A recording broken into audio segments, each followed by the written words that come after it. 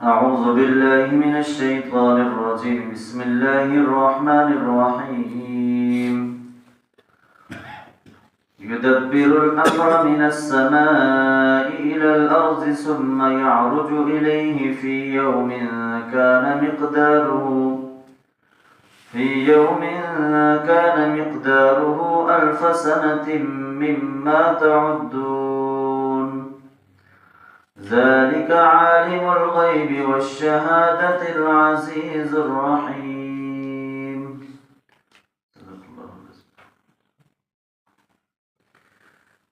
اس سے پچھلی آیات کے اندر بھی اللہ تعالی نے ایک تو قرآن مجید کے حوالے سے نازل کیا کہ یہ جو کتاب ہے وہ بالکل برحق ہے اور اس کے اندر کسی بھی قسم کی شک و شبہ نہیں ہے، کیونکہ اللہ رب العالمین کی طرف سے نازل کی گئی ہے۔ اور دوسرا یہ کہ جو کتاب نازل کرنے کا مقصد ہے کہ تاکہ لوگوں کو تنبیہ کی جائے، ان کو خبردار کیا جائے، ان کو ڈرایا جائے اور ان کو راہ راست کے اوپر جو ہے وہ لایا جائے۔ پھر اللہ تعالیٰ نے زمین و آسمان کے جو حوالے سے بیان کیا کہ اللہ نے ان کو 6 دنوں کے اندر بنایا، اور قیامت والے دن بھی کوئی بھی کسی انسان کا کوئی سفارش کرنے والا، کوئی دوست جو ہے وہ نہیں ہوگا، وہاں سب اختیارات، سب کنٹرول جو ہے وہ اللہ رب العالمین کے پاس ہوگا۔ یدبر الامر من السماء الى الارض، وہ تمام معاملات کی، تمام احکامات کی تدبیر کرتا ہے آسمانوں سے زمین کی طرف۔ ثم یعرج الیہ، پھر وہ امر اس کی طرف، حکم اس کی طرف چڑھتا ہے، لوٹتا ہے۔ فی یوم کان مقدارہ، اور اس کے ایک دن کی مقدار 1000 سنۃ مما تعدون، تمہارے 1000 سال کے برابر ہے جو تم گنتی کے ساتھ کرتے ہو۔ سب سے پہلے تو یہ کہ یہ زمین و آسمان کے جتنے بھی معاملات ہیں، جتنے بھی احکامات ہیں، اس کے اندر کیسے نظام چلانا ہے، یہ سب کا سب کنٹرول اللہ کے پاس ہے۔ ان اللہ علی کل شیء قدیر، تمام اختیارات اللہ رب العالمین کے پاس ہے، اور وہی اس آسمان و زمین کا تمام اختیارات، تمام نظم و ضبط جو ہے وہ چلا رہا ہے کہ سورج اپنے وقت پر طلوع ہو رہا ہے، چاند اپنے وقت پر آ رہا ہے، دن اور رات کا جتنا بھی سلسلہ ہے، ہر ایک نظام جو ہے وہ پورے ایک ڈسپلن کے ساتھ جو ہے وہ چل رہا ہے۔ اس کے اندر کسی ذرا برابر بھی کمی جو ہے وہ نہیں ہے، کیونکہ وہ ایک رب کے پاس ہے اور اللہ رب العالمین ہی اس کو جو ہے وہ چلا رہا ہے۔ تو اس لیے جتنے بھی معاملات ہیں آسمانوں سے لے کر زمین تک، تمام قسم کے معاملات، ان کی تدبیر، ان کے فیصلے وہ اللہ رب العالمین کی ذات ہی کرتی ہے۔ پھر یہ جو فرمایا کہ ثم یعرج الیہ، پھر وہ امر اس کی طرف چڑھتا ہے، یعنی فرشتے تمام احکامات کی تعمیل کرتے ہیں، اور پھر وہ اس کے سامنے، اللہ رب العالمین کے سامنے وہ تمام رپورٹس جو ہے وہ پیش کی جاتی ہیں کہ جتنے بھی ان کو احکامات دیے جاتے ہیں، وہ حکم کی تعمیل کرنے کے بعد وہ اس کے جتنے بھی رپورٹ ہے وہ اللہ رب العالمین کے سامنے جو ہے وہ پیش کرتے ہیں۔ اب یہ جو اللہ رب العالمین جو تمام کائنات ہے، اس کا جو کنٹرول ہے، اس کے جو انتظامات، اس کی تدبیر کرنی ہوتی ہے، تو ایک ہے ہمارا دن، ایک ہے اللہ رب العالمین، یعنی ہمارا 1000 سال، اور اللہ رب العالمین کے ہاں گویا وہ ایک دن اس کے برابر جو ہے وہ گنا جاتا ہے۔ یعنی ظاہر ہے وہ رب ہے، گویا جتنا ہم 1000 سال کے اندر اگر جو وہ معاملات ان کی تدبیر کر سکتے ہیں، تو اللہ رب العالمین کے لیے گویا کہ ایک دن کے برابر ہے، کہ ایک دن کے اندر گویا یہ بھی ہوتا ہے کہ ایک دن کے اندر وہ تمام فیصلے کیے جاتے ہیں کہ اگلے 1000 سال تک یا اگلے 100 سال تک جو ہے وہ کیا کیا دنیا کے اندر ہونا ہے۔ جیسے اللہ نے سورہ قدر کا جو ہے وہ ذکر کیا کہ لیلۃ القدر خیر من 1000 شہر، کہ یہ جو لیلۃ القدر ہے یہ 1000 مہینوں سے بہتر رات ہے۔ تو گویا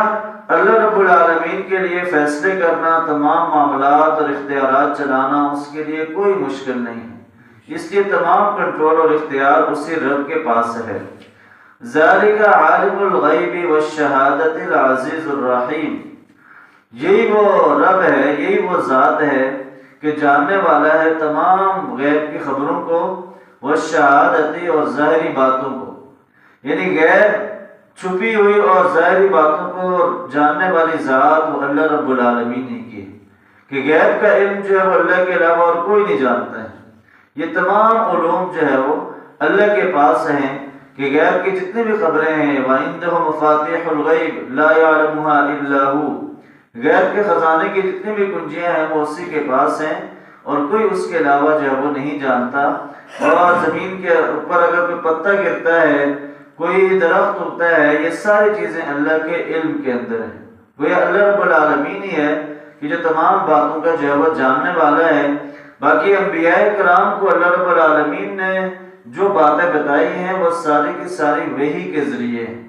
جو باتیں ان کو بتائی ہیں وہ اس حد تک جو ہے وہ جانتے ہیں، اس کے علاوہ جو ہے وہ جو باتیں نہیں بتائی، جس طرح قیامت کا علم ہے وہ کسی کے پاس نہیں ہے، زندگی اور موت کا علم ہے یہ کسی کے پاس نہیں ہے، وہ صرف اور صرف جو ہے اللہ رب العالمین کی ذات ہی جانتی ہے۔ العزیز الرحیم، وہ غالب بھی ہے اور رحم کرنے والا بھی ہے، یعنی اللہ رب العالمین کی جو ذات ہے وہ زبردست بھی ہے، تمام لوگوں پر اس کا غلبہ بھی ہے، وہ جیسے کرنا چاہے اس کو کوئی روکنے والا، کوئی کنٹرول کرنے والا، کوئی حکم چلانے والا نہیں ہے۔ یعنی اللہ غالب بھی ہے اور اس کی پکڑ بھی بڑی سخت ہے۔ ان بطش ربک لشدید، کہ آپ کے رب کی جو پکڑ ہے وہ بڑی سخت ہے، یعنی وہ جب پکڑنے پہ آئے تو وہ دنیا کے اندر جو بڑے سے بڑا ظالم بھی ہو اس کو وہ ایک لمحے کے اندر جو ہے وہ پکڑ سکتا ہے۔ لیکن ساتھ ساتھ یہ بھی ذکر کیا کہ وہ رحیم بھی ہے، مہربان بھی ہے، رحم کرنے والا بھی ہے، کہ اس نے دیکھیں ہم دن رات اللہ کی نافرمانی کرتے ہیں، ہم کتنے معاملات ہیں جن کے اندر اللہ کے احکامات کے مطابق نہیں چلتے ہیں، لیکن اس کے باوجود کیا ہے، یہ اللہ کی رحمت ہی ہے کہ جس کی وجہ سے ہم سانس لے رہے ہیں، جس کی وجہ سے ہم زندہ ہیں۔ یعنی جو اس کی مہربانیاں نہ ہوتی تو شاید ہم دنیا کے اندر رہنے کے قابل نہ ہوتے۔ یعنی یہ سب اللہ رب العالمین کی مہربانیاں ہیں، اس کی رحمت ہے کہ اسی کی وجہ سے آج یہ دنیا جو ہے وہ باقی ہے، ورنہ دنیا کے اندر دیکھیں زیادہ تر لوگ اللہ کے نافرمان ہیں، لیکن اس کے باوجود بھی وہ دنیا کے اندر سب کو رزق بھی دے رہا ہے، سب جو ہے وہ کائنات کا نظام بھی چل رہا ہے، گناہگار لوگوں کو بھی وہ دیتا ہے، ایک عرصے تک ان کو جو ہے وہ ڈھیل دی جاتی ہے اور یہ ان کو موقع دیا جاتا ہے کہ شاید وہ راہ راست پر آ جائیں، لیکن جب وہ راہ راست پر نہیں آتے ہیں تو پھر ان کی جو ہے وہ پکڑ ہوتی ہے اور دنیا کے اندر بھی اور پھر وہ آخرت کے اندر بھی ناکام ہوتے ہیں۔ اس لیے اللہ رب العالمین کی ذات بڑی غفور رحیم بھی ہے اور بڑا جب اللہ رب العالمین کا قہار بھی ہے، جبار بھی ہے، وہ غفور بھی ہے، رحیم بھی ہے، تمام صفات اسی کی ہیں، لہذا جو جیسے معاملہ کرے گا تو اس کے ساتھ جو ہے وہ ایسے ہی فیصلہ کیا جائے گا۔ تو ان آیات کے اندر ہمارے لیے پیغام یہی ہے کہ اس کائنات کا جتنا بھی کنٹرول اور اختیارات ہے اور غیب کی اور جتنی بھی ظاہری باتیں ہیں وہ سب کا سب جو ہے وہ جاننے والی اللہ کی ذات ہے، اس لیے اسی کے اوپر بھروسہ رکھنا اور اسی کے اوپر ایمان اور توکل رکھنا یہی اہل ایمان کی نشانی ہے۔ اللہ تعالیٰ ہمیں صحیح معنوں میں قرآن و سنت پر چلنے کی توفیق دے۔